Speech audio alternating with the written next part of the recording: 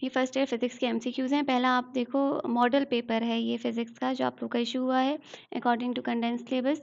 इसमें आपके पास पहला ब्लैंक है, तो if g denotes acceleration due to gravity और g denotes gravitational constant, then g upon g yields the dimension।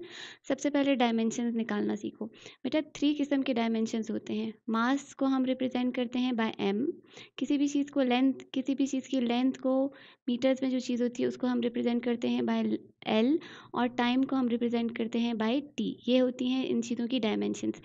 अगर मैं बात करती हूँ ग्रेविटी की, तो ग्रेविटी किसके इक्वल होती है? मीटर्स पर सेकंड स्क्वायर के।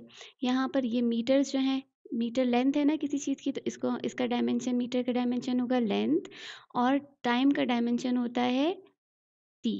ठीक है, सेकेंड्स टाइम है तो टाइम का डायमेंशन होता है टी। चूँकि ये अपॉन में था इसलिए इसके ऊपर पावर हमारे पास आ जाएगी टी की पावर -2। सो ये हमारे पास क्या हो गया? मीटर पर सेकेंड स्क्वायर का डायमेंशन हो गया। जब हम बात करते हैं ग्रेविटेशनल कांस्टेंट की, आपको पता है F is equal to G m1 m2 upon R square. यहाँ से अगर हम g ड्राइव करते हैं तो g हमारे पास किसके इक्वल हो जाएगा? g is equal to F R square upon m1 m2। इनकी हम डायमेंशन निकालना सिखाती हूँ मैं पहले आपको। यहाँ पर g is equal to F, सबसे पहले हम f की डायमेंशन निकालते हैं। f किसके इक्वल है? f is equal to m a, इसी के इक्वल है ना। मास की डायमेंशन क्या होगी? m, और एक्सेलरेशन क्या होती है? Acceleration is equal to metre पर सेकेंड स्क्वायर, मीटर लेंथ पर सेकेंड स्क्वायर यानी टाइम का स्क्वायर। तो ये वाली जो डायमेंशन है ना, m l टी की पावर -2, ये हमारे पास आ गई एफ़ की डायमेंशन यानी फोर्स की डायमेंशन। यहाँ पर हम लगाते हैं एफ़ की जगह फोर्स की डायमेंशन ml_t-2, आर का स्क्वायर, आर भी जो रेडियस है वो भी हम लेंथ है ना मीटर्स में फाइंड करते हैं हम, तो इसका आर की जगह भी डायमेंशन क्या लगेगी? एल, और एल चूँकि आर स्क्वायर है इसलिए एल स्क्वायर हो जाएगा। होल थिंग डिवाइडेड बाय, अब 2 मासेस हैं तो हम कर लेते हैं मास का स्क्वायर। यहाँ से ये स्क्वायर और ये m कैंसिल हो गया। सो g की डायमेंशन हमारे पास क्या आ गई? l, 2 l ये और 1 l ये, तो ये हो जाएगा l का क्यूब t-2 और m-1। ये हमारे पास आ गई g की g के डायमेंशंस आ गए, और small g force of gravity के डायमेंशंस हमारे पास क्या थे? वो थे l_t-2। अब हमें डिवाइड करना था g बाय g। सो g था हमारे पास l-2, इसकी डायमेंशन ये है, और कैपिटल G जो हमारे पास ग्रेविटेशनल फोर्स है उसकी डायमेंशन क्या हो गई? l³ t-2 और m-1। ये t-2 से कैंसिल हो गया, एक l इस l से कैंसिल हो गया। सो हमारे पास आखिर में क्या हो जाएगा? l-2 m। अब ये m जो है नेगेटिव में ऊपर जाके पॉजिटिव हो जाएगा, तो इसको हम लोग पॉजिटिव m ले लेंगे, ठीक है। और t चूँकि हमारे पास कुछ भी नहीं रहा तो t क्या हो जाएगा? 0। सो हमारे पास क्या डायमेंशन इसकी क्या हो जाएगी? m पॉजिटिव, l-2 और t की पावर 0। तो ये हमारे पास कौन सा ऑप्शन करेक्ट होगा? फर्स्ट वाला। अब आपने बोर नहीं होना कि आप वीडियो को छोड़ के भाग जाओ, आपको डायमेंशन सिखाना ज़रूरी थे। फर्स्ट वाला थोड़ा लेंथी था, इसके बाद आसान है आगे। If an apple is thrown with a speed of 30 meters per second in a direction of 15 degree above the horizontal, then its horizontal range is, number 2 में देखो, रेंज हम कैलकुलेट करते हैं, range is equal to V not square sine 2 theta upon G. V यहाँ पर किसके equal है? 30 के। सो हम कहेंगे आर इज इक्वल टू 30 का स्क्वायर साइन, और थीटा कितना था हमारे पास? 15। थीटा कितना दिया हुआ है? 15 डिवाइडेड बाय जी की जगह हम 10 ले लेते हैं। जो आंसर हमारा करीब तरीन आएगा उसको हम टिक कर देंगे। सो आर इज इक्वल टू 900, 30 का स्क्वायर 900 हो गया। साइन 2 को पहले हम 15 से मल्टीप्लाई करेंगे तो हमारे पास 30 हो जाएगा। साइन 30 जो है वो इक्वल होता है 0.5 के डिवाइडेड बाय 10। सो 10 1 ज़ 10, 10 90 ज़ 900। 90 को जब हम 0.5 से मल्टीप्लाई करेंगे तो रेंज हमारे पास आ जाएगी इक्वल टू तकरीबन 45 metre. So the correct option जो करीब तरीन है वो ये रहा हमारे पास, option B 45 metre. Number 3. If an object is placed at principal focus f of a converging lens, the image will be formed। अगर हम converging lens जो होता है, ये हमारे पास concave lens जो होता है, ये converging lens होता है। इसमें अगर हम प्रिंसिपल फोकस पे कोई चीज़ रखते हैं तो उसका जो इमेज है वो कहाँ फॉर्म होगा, that will form at infinity. If A is equal to A I, अगर ए जो है वो हमारे पास इक्वल है टू ए आई और बी जो है वो हमारे पास इक्वल है टू बी जे, तो हमारे पास इन दोनों का प्रोडक्ट किसके इक्वल होगा बेटा, A into B is equal to A B हो जाएगा, और आई का cross product with J, I into J is equal to K, I और जे का जो क्रॉस प्रोडक्ट है वो के इक्वल होता है। तो correct option will be A B into के।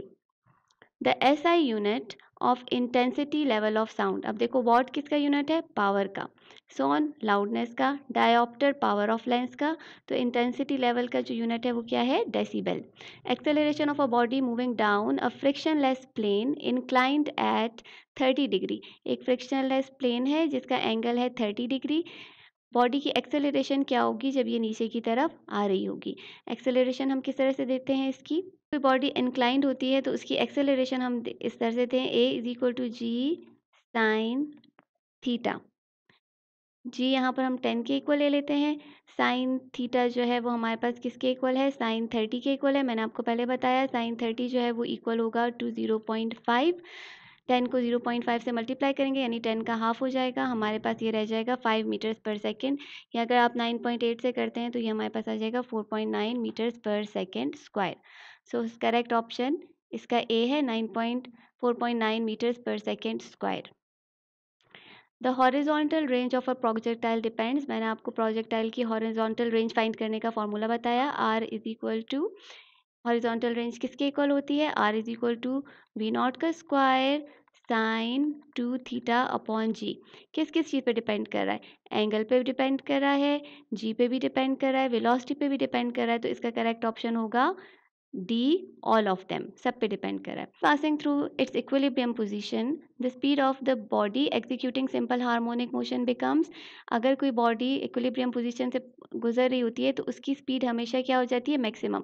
देखो ऊपर पहुंचते पहुंचते ये हो जाएगी 0, फिर नीचे आते होते 1 2 3 4 मैक्सिमम हो जाएगी, और फिर यहाँ से आगे जाते हुए दोबारा इसकी स्पीड कम होना शुरू हो जाएगी, 3 2 1 और 0, मेन पोजीशन पे पहुंच के, एक्सट्रीम पोजीशन पे पहुंच के स्पीड 0 हो जाती है, लेकिन जो इक्विलिब्रियम पोजीशन है उस पे पहुंच के स्पीड मैक्सिमम हो जाती है।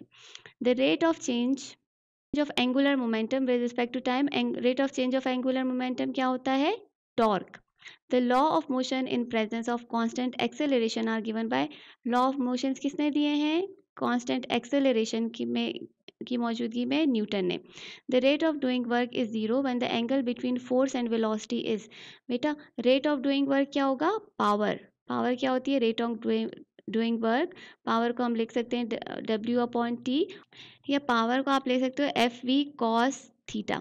अब हमें बताना है कि rate of doing work is 0, ये पावर जो है ये 0 कब होगी, जब angle between force and velocity, ये force power is equal to, देखो फोर्स और वेलोसिटी के बीच में एंगल कौन सा बन रहा है, कॉस थीटा, तो पावर 0 कब होगा, जब ये कॉस थीटा की वैल्यू 0 होगी।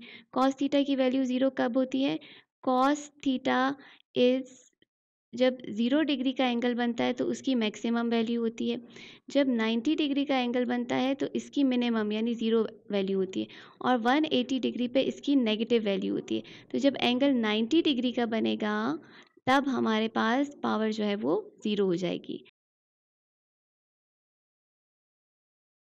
Blank number 18. In Young's double slit experiment, the condition for constructive interference is that the path difference must be, इस experiment में path difference is given by m lambda, जहाँ पर m जो होता है वो इंटरगल मल्टीपल होता है 1 2 3 4 कुछ भी। तो यहाँ पर हमारे पास करेक्ट ऑप्शन क्या है, an integral multiple of the wavelength, wavelength का कोई भी इंटरगल मल्टीपल जो है वो हमारे पास रहता है। The length of astronomical telescope, astronomical telescope की लेंथ किसके इक्वल होती है, focal length of objective plus focal length of the eyepiece. Correct option is D. A vector which can be displaced parallel to itself and applied at any point is known as, वो vector जिसको आप freely उसी के parallel displace कर सकते हो उसको हम क्या कहते हैं, free vector. When a vector is multiplied by a negative vector, जब आप एक वेक्टर को मल्टीप्लाई करते हो नेगेटिव नंबर से, यानी माइनस से आपने मल्टीप्लाई किया तो क्या हो जाएगा, उसकी डायरेक्शन ऑपोजिट हो जाएगी। Maximum number of rectangular components are, maximum number of rectangular components क्या होते हैं किसी भी चीज़ के? So maximum number of rectangular components are 3, x, y and z। A body is moving with uniform velocity, अगर एक बॉडी यूनिफॉर्म वेलोसिटी से गुजर रही है तो उसकी क्या चेंज होगी? स्पीड तो चेंज नहीं होगी। डायरेक्शन ऑफ मोशन चेंज होगी तो उसकी वेलोसिटी भी चेंज होगी। एक्सेलरेट तो इसकी क्या चेंज हो जाएगी? Displacement from the origin. ठीक है, जब वेलोसिटी है कुछ चीज़ आगे मूव करिए तो उसकी डायरेक्ट डिस्प्लेसमेंट चेंज होगी। During long jump, athlete runs before taking the jump. By doing so, athlete क्या कर रहा है? अपने आप को मोमेंटम प्रोवाइड कर रहा है। मोमेंटम क्या होता है? Product of mass into velocity. वो थोड़ा सा भागेगा, उसका मास और वेलोसिटी मिलके प्रोड्यूस कर देंगे मोमेंटम। तो वो क्या कर रहा है? अपना मोमेंटम इंक्रीज कर रहा है। If force of friction is negligible, then acceleration of two freely falling objects of different masses is, force of friction negligible है, फ्रिक्शन उस पर एक्ट नहीं कर रही, तो दोनों फ्रीली फॉलिंग बॉडीज़ की जो फ्रीली फॉल हो रही है उसकी एक्सेलरेशन 9.8 मीटर्स पर सेकेंड स्क्वायर होगी, तो सेम होगी। ठीक है, angle of projection for which horizontal range and maximum height becomes equal, वो एंगल जिस पे हॉरिजॉन्टल रेंज और मैक्सिमम हाइट इक्वल हो जाए, यानी रेंज जो है वो इक्वल हो जाए टू मैक्सिमम हाइट। रेंज का फॉर्मूला क्या है? Range is equal to V0 square sine 2 theta upon G, और जो हाइट है उसका फॉर्मूला होता है V0 square sine square theta upon 2g। यहाँ पर देखो बेटा, वी नॉट स्क्वायर से कैंसिल हो गया, ए जी इस जी से कैंसिल हो गया, मेरे पास रह गया sine 2 theta is equal to sine square theta upon 2। यहाँ पर साइन 2 थीटा जो है वो इक्वल होता है to sine theta cos theta. Values put करते हैं, 2 sin theta cos theta is equal to sine square theta upon 2। ये साइन थीटा इससे कैंसिल हो गया, एक साइन थीटा से, और इस 2 को अगर मैं इस तरफ ले जाती हूँ तो ये मेरे पास 2 × 2 cos theta is equal to sine theta. इस कॉस थीटा को अगर मैं इस तरफ लेकर आऊँगी इक्वेशन के, तो मेरे पास क्या बन जाएगा? 2 × 2 will give me 4 sine is equal to sine theta upon cos theta. Sine upon cos जो है वो किसके इक्वल हो जाता है? That is equal to tangent theta. Sine upon cos equal to tangent theta. अगर मैंने डायरेक्शन फाइंड करनी है तो मेरे पास थीटा जो है वो इन्वर्स हो जाएगा, so tangent inverse 4। So correct option मेरे पास क्या होगा? Tangent inverse 4 is the correct option for the angle. The expression for centripetal acceleration, बेटा आप सेंट्रीपिटल एक्सेलरेशन तो आपको पता है, AC is equal to v square upon r. अब ये जो है ये एंगुलर एक्सेलरेशन की बात हो रही है, तो वी स्क्वायर किसके इक्वल हो जाता है? वी स्क्वायर, वी जो है वो इक्वल होता है टू आर ओमेगा, और वी स्क्वायर जो होगा वो किसके इक्वल हो जाएगा? आर ओमेगा स्क्वायर के। So acceleration is equal to r square omega square upon r, इस आर से ये कैंसिल हो जाएगा, acceleration will be equal to R omega square. It is better to use long spanner rather than a shorter one when tightening a nut or a bolt. अगर आप लंबा spanner use करते हो, spanner वो क्या कहलाता है, इसको हम कहते हैं पाना। अगर आप ये लंबा वाला पाना यूज़ करोगे तो आपका जो नट है वो आराम से खुलेगा। ठीक है, अगर आप, क्यों आराम से खुलेगा? क्योंकि जो टॉर्क होता है, इसका टर्निंग इफेक्ट होता है, वो इक्वल होता है टू फोर्स इनटू डिस्टेंस। तो इसमें आप या तो फोर्स ज़्यादा लगाओ या डिस्टेंस बढ़ा दो। तो डिस्टेंस जितना लंबा डिस्टेंस होगा, ये मोमेंट आर्म इसका जितना ज़्यादा लंबा होगा उतनी ज़्यादा इसमें टॉर्क प्रोड्यूस होगी। So less force will be exerted by the user, कम फोर्स लगानी पड़ेगी। A hole is drilled through the earth along the diameter and a stone is dropped. एक अर्थ है, अर्थ में आपने होल किया और यहाँ पर आपने एक स्टोन ड्रॉप कर दिया। अब जब अर्थ के सेंटर में पहुँच जाएंगे तो ग्रेविटी हो जाएगी 0। ठीक है, ग्रेविटी 0 होगी तो वेट किसके इक्वल होता है? Weight is equal to mass into gravity, weight भी 0 हो जाएगा। एक्सेलरेशन किसकी वजह से होती है? ग्रेविटी की वजह से एक्सेलरेशन भी 0 हो जाएगी। सेंट्रीपिटल फोर्स तो इसमें होगा नहीं, तो कौन सी चीज़ इसमें रह जाएगी? उस बॉडी के पास सिर्फ क्या रह जाएगा? उसका मास रह जाएगा। फिर देखें आप लोग 25, if the radius of the earth were to shrink by 1%, अगर रेडियस हम कम कर दें by 1% while its mass remaining same, लेकिन मास सेम रहे, तो acceleration due to gravity on the earth surface would be, formula आपको याद है, g is equal to G M E upon R E square. अगर हम रेडियस को कम करेंगे तो चूंकि ये इन्वर्सली प्रोपोर्शनल है तो फोर्स ऑफ ग्रेविटी जो है वो बढ़ जाएगी। रेडियस कम करने से फोर्स ऑफ ग्रेविटी इंक्रीज हो जाएगी। So if the radius of the earth will were to shrink 1%, तो क्या हो जाएगा, while its mass remains the same, the acceleration due to gravity increases.